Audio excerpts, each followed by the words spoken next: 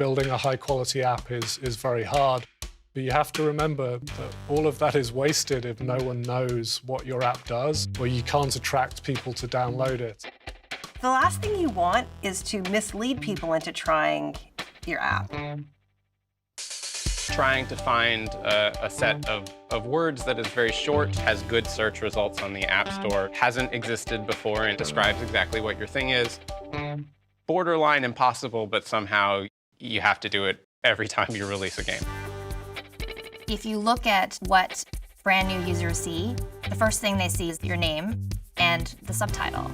It actually appears in a lot of different places. The subtitle is just about letting people know what your app does and who it's for. And those two things are important to go back to all the time. Many people are going to glimpse your icon for maybe a second or two. And so that's going to be the first thing that can really suck someone in. We actually use the icon not just to garner interest, but also to kind of communicate what's going on in the game. So we've tested anything you can think of. We've tried different poses, we've tried different dragons. We took the K's and the word Grocker, and I said, if we put them back to back, kind of make a heart shape. And that's that love, that connection that you feel. If you have a character in your app that you know is a popular character, that's probably going to be part of your winning app icon. This is our main icon with the glitch. The glitch has proven tough to beat in terms of A/B testing. Just something about his happy, goofy smile. You look at all of the research. How do people want to consume content? They want to consume it through video. One of the great things about the app preview is that it actually autoplays. It's a great opportunity to catch somebody's eye and say, hey, look, this is something really exciting.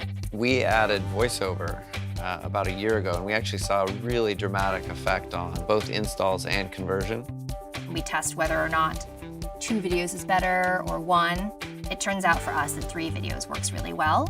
I try to make it so that as you start going through the screenshots, you're coming up with how to play the game in your head so that you've already played the game before you download it, and that's how you know that you're going to enjoy downloading it. I think it gives authenticity and a little bit of confidence to the consumer to be able to say, yep, I'm going to download this and I'm going to enjoy it.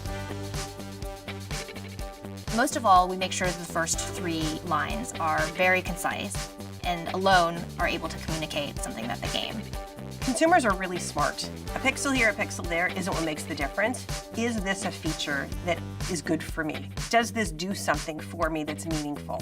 You have to grab people. Making a bold statement to start with hopefully encourages them to carry on reading. Figure out how to get in the promotional text, what's the messaging at that moment in time. We try to connect it with whatever's going on seasonally.